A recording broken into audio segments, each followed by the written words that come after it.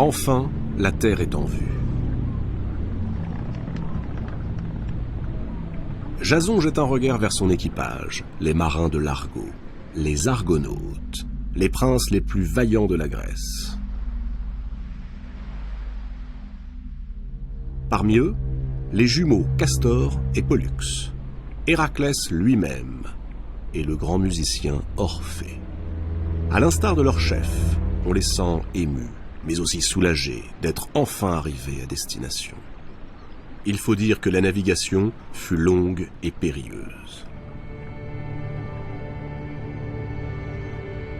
Les rivages de Colchide se rapprochent, et se rapproche aussi l'objet de leur quête, la fameuse Toison d'Or. La Toison d'Or est la fourrure d'un bélier ailé, autrefois sacrifié à Zeus. Si Jason parvient à la récupérer, il récupère du même coup son royaume, le royaume de Iolcos, celui que son oncle, le perfide Pélias, a usurpé. Pélias a proposé un marché à son neveu. Ce trône est à toi, mais à la condition que tu nous prouves que tu en es digne. Pour cela, il te faut aller chercher la Toison d'Or. Jason a relevé le défi.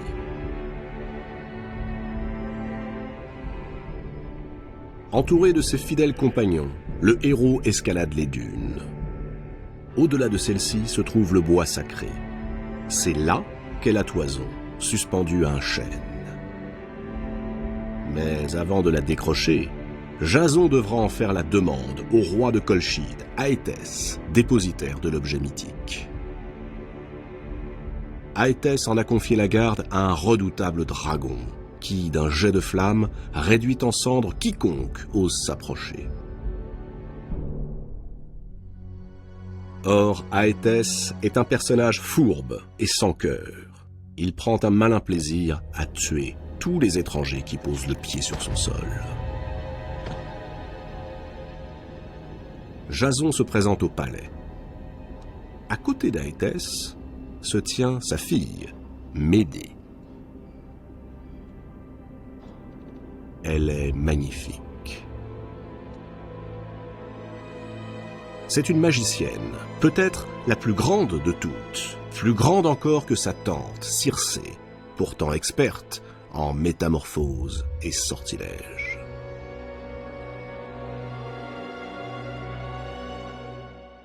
Aétès écoute attentivement la requête de son visiteur.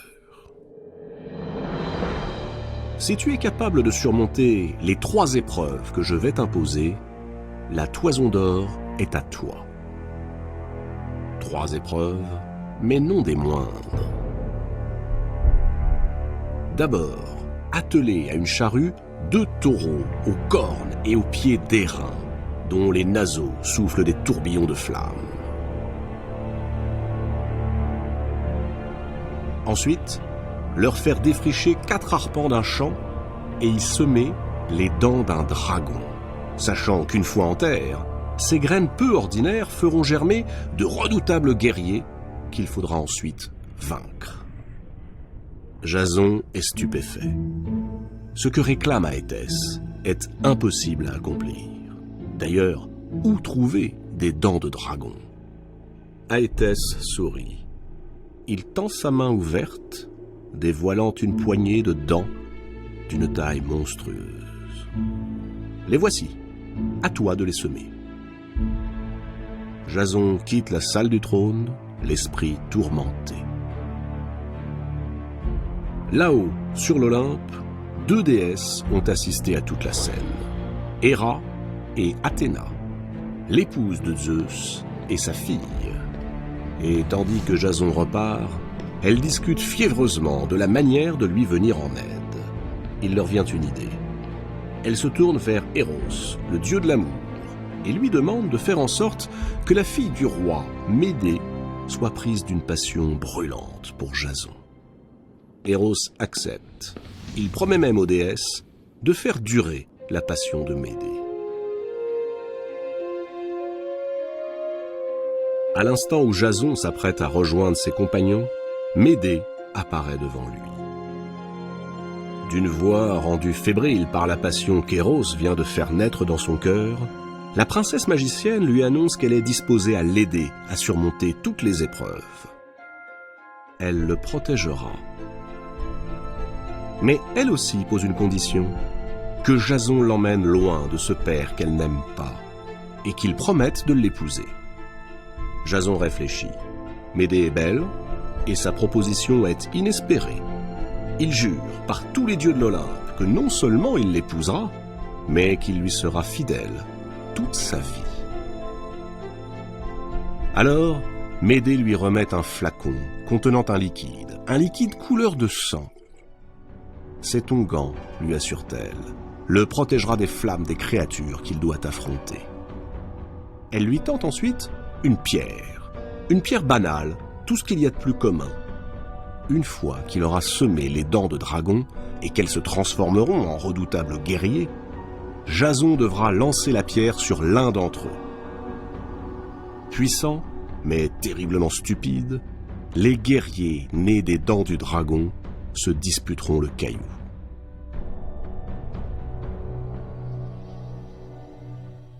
Jason prend le flacon et la pierre, sa lance et son bouclier, et part affronter les taureaux cracheurs de feu. Il parvient à les atteler à une charrue, et il les contraint ensuite à tracer des sillons. Une fois le champ labouré, ainsi que le roi Éthès l'exigeait, il sème les fameuses dents de dragon. Aussitôt, des guerriers armés et casqués jaillissent de terre. Puissant, mais terriblement stupide, avait prévenu Médée. Jason n'hésite pas. Il lance sur le premier d'entre eux la pierre que lui a confiée la magicienne. Et la suite se déroule exactement comme elle l'avait prévu.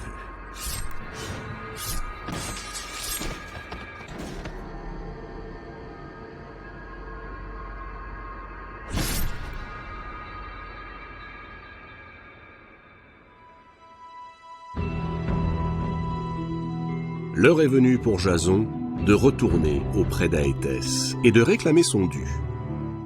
Médée et lui reprennent la route. La magicienne reste en retrait afin de ne pas attirer les soupçons de son père. Elle sait qu'il ne va pas tarder à comprendre que si Jason a réussi, c'est parce que quelqu'un l'a aidé. Et ce ne peut être qu'une personne douée de magie, sa propre fille.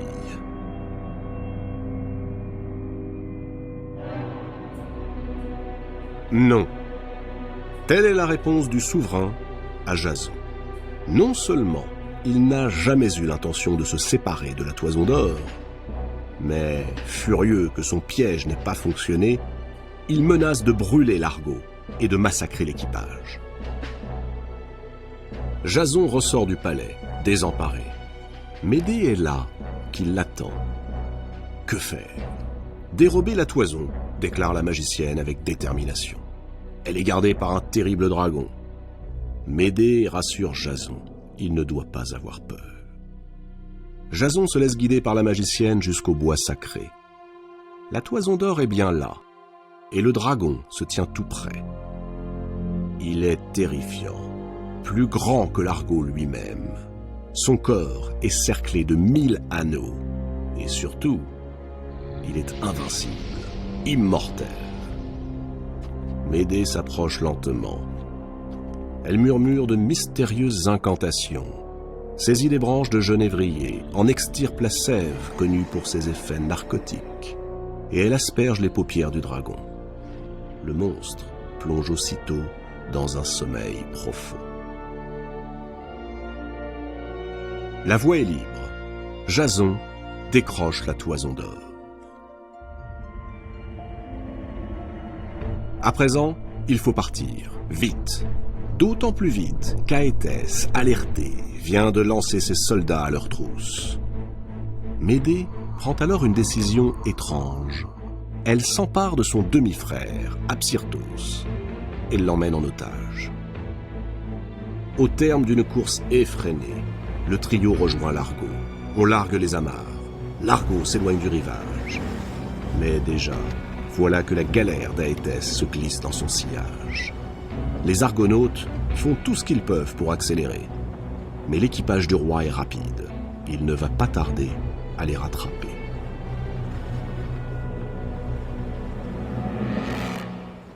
Médée est prise de panique. Pas question pour elle de retomber entre les griffes de son père.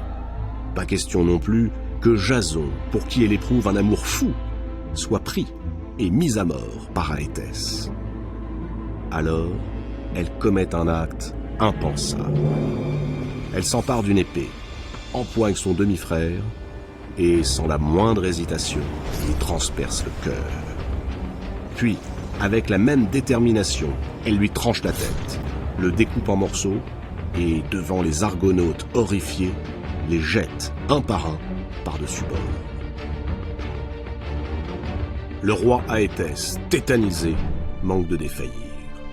Il vient de reconnaître la tête de son fils dérivant sur les flots.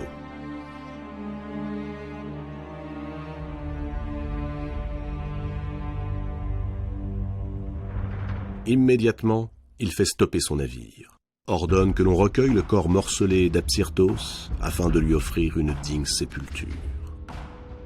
L'Argo file vers le large, il est sauvé.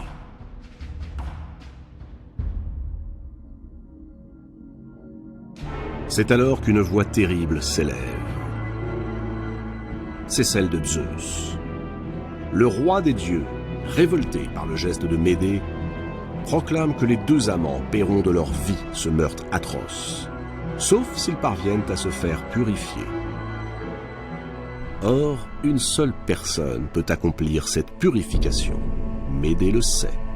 C'est sa tante, la puissante magicienne Circé. Sur elle courent 1000 légendes, toutes plus inquiétantes les unes que les autres. L'Argo change de cap. La traversée est longue et périlleuse jusqu'à l'île où vit Circé. Il faut affronter 1000 tempêtes. Au terme de 30 jours de mer, Jason et Médée arrivent au palais de la grande magicienne. Ils se mêlent à la foule des suppliants, venus eux aussi en quête de purification. Drapée dans une tunique écarlate, Circé s'avance. Dans un silence impressionnant, elle s'approche du couple et tend au-dessus d'eux une jeune brebis, lui tranche la gorge, arrose les mains de Jason et de Médée de son sang en invoquant Zeus. Le rituel achevé, Circé fixe sa nièce avec dureté. Elle lui lance « Je t'ai purifié. Je ne méditerai aucun malheur nouveau contre toi. Mais sache que je n'approuve ni tes desseins, ni ta faute honteuse. Sors d'ici. » Médée éclate en sanglots.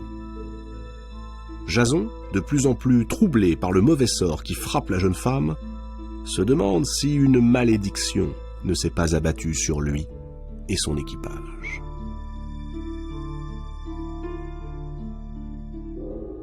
Le voyage reprend. Au moment où l'Argo longe les côtes de l'île de Corfou, apparaît un puissant navire aux armes d'Aétès. Le roi de Colchide n'a pas abandonné.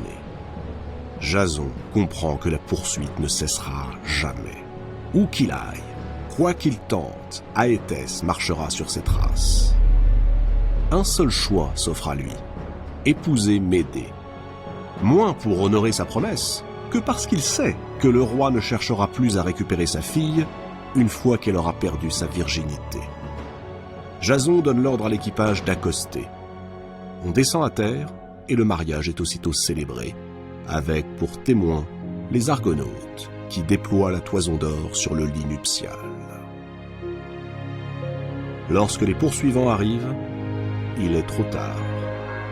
L'union est consommée, le couple est sauvé.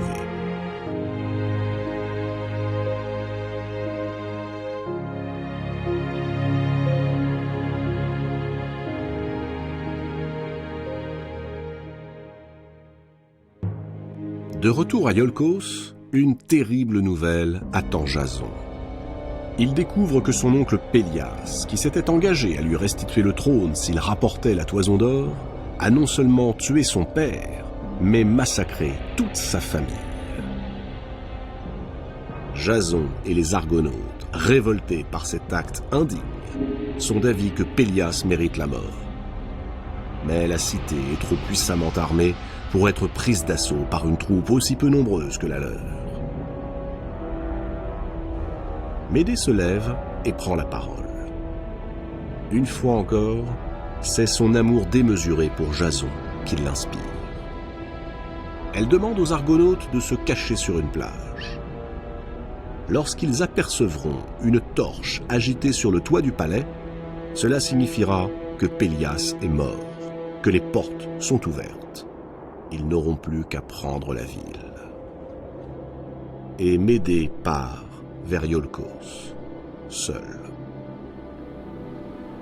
Telle une ombre, elle traverse la ville, pénètre dans le palais et s'introduit dans la chambre des 4 filles de Pélias. Elle leur annonce qu'elle est l'envoyée de la déesse Artémis, qui a décidé d'offrir une nouvelle jeunesse à leur vieux père. Les filles s'esclaffent, elles n'en croient pas un mot. Alors, pour les convaincre, Médée fait bouillir de l'eau dans un énorme chaudron. Elle y verse des herbes magiques et demande que l'on fasse venir un vieux bélier qu'elle égorge avant de le plonger dans le liquide fumant. Quelques instants plus tard, c'est un adorable petit agneau qui émerge des eaux. Subjuguées, les filles de Pélias décident immédiatement de faire ce don de jeunesse à leur père. Elles implorent Médée de leur remettre les herbes magiques. La magicienne s'exécute avec grâce. Elles se rendent auprès de Pélias et lui font part de la volonté de la déesse Artémis, confirmée par l'incroyable scène à laquelle elles viennent d'assister. Elles veulent le convaincre d'accomplir le même rituel. Pélias refuse. Ont-elles perdu la tête? Ses filles insistent, racontent à nouveau avec émerveillement comment le bélier a retrouvé sa jeunesse. Pélias, agacé par tant de naïveté, les congédie d'un geste sec. Alors, les 4 filles ceinturent leur père et, déterminées, un grand sourire aux lèvres, elles le précipitent dans le chaudron d'eau bouillante. Mais il n'y a aucun charme dans les herbes magiques et Médée a disparu. Les hurlements de Pélias résonnent encore dans le ciel de Iolcos.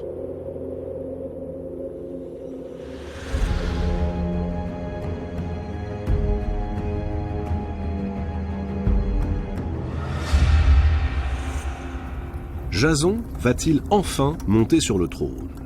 Non, car les habitants le tiennent pour responsable de la mort de leur roi. Ils le chassent du royaume et couronnent à sa place Acaste, le fils de Pélias. Et voilà Jason et Médée condamnés à l'exil, contraints d'aller trouver refuge ailleurs. Ils sont accueillis à Corinthe par le roi Créon. Au cours de 10 années calmes et heureuses, Médée donne à Jason 2 fils, Merméros et Phérès. Médée, la princesse aux 1000 pouvoirs, semble apaisée. Elle se voit finir sa vie aux côtés de l'homme qu'elle continue d'aimer par-dessus tout.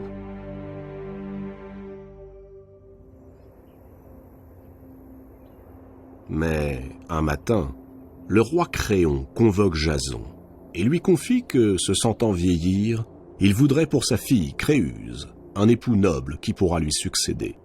Il a pensé à lui. Il est déjà marié? Qu'à cela ne tienne, il n'a qu'à répudier Médée. De toute façon, poursuit Créon, Médée est une étrangère, et selon la loi grecque, elle n'est pas reconnue comme étant l'épouse de Jason.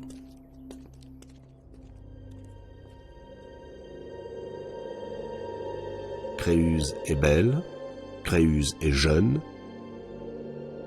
Jason se laisse convaincre. Le trône de Iolcos lui a échappé, celui de Corinthe lui reviendra. et tant pis pour Médée.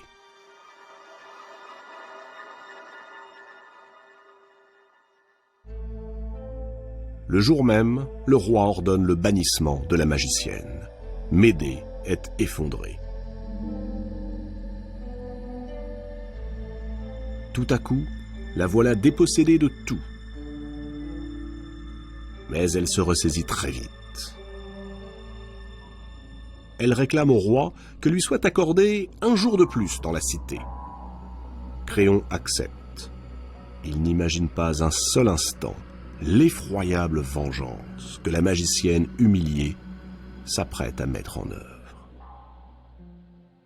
Médée fait apparaître une robe sublime, un vêtement digne de la plus belle des déesses, de la plus noble des reines, et prétextant un gage d'amitié, la fait parvenir à sa rivale. Créuse est ravie, éblouie. Elle s'empresse de la revêtir. Et c'est l'horreur. À peine a-t-elle enfilé la robe qu'elle s'enflamme. Créuse brûle. Dévastée par un feu terrible, elle se consume dans des douleurs atroces.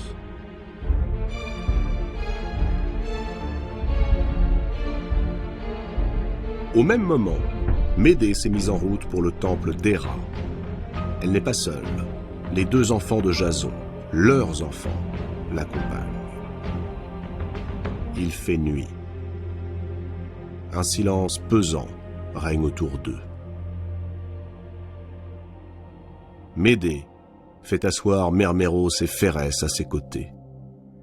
Elle les prend dans ses bras, les serre tendrement contre elle.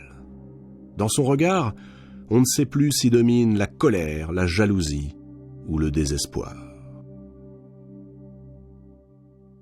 Et soudain, poussant un cri terrible, Médée dégaine un poignard et le plonge dans le cœur des enfants.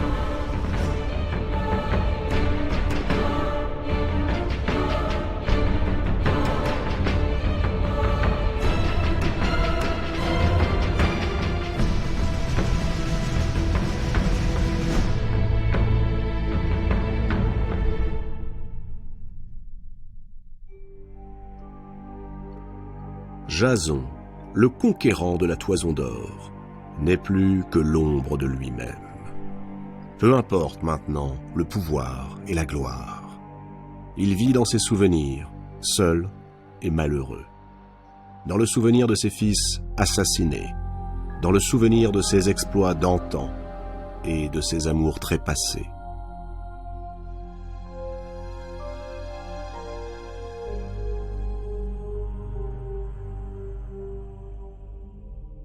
Un jour qu'il gît les yeux fermés sous la feuillée, à l'ombre de l'Argo, son vieux navire au bois rongé, la poupe vermoulue s'abat sur lui, dans un grand fracas. Jason meurt sur le coup, dans son sommeil.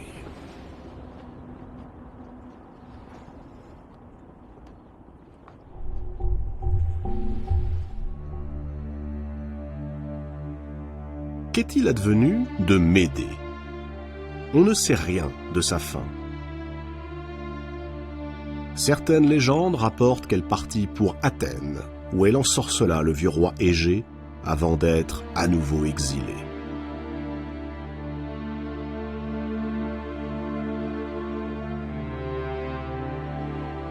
D'autres prétendent que les dieux, magnanimes, lui ôtèrent la vie, mais lui pardonnèrent son horrible crime.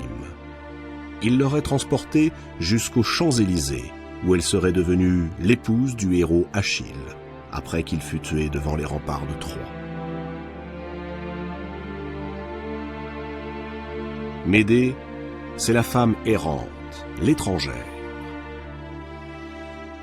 Médée, c'est aussi la femme humiliée et trahie, prête à tout, même à tuer ses enfants. Démesuré, possessif, son amour est devenu assassin.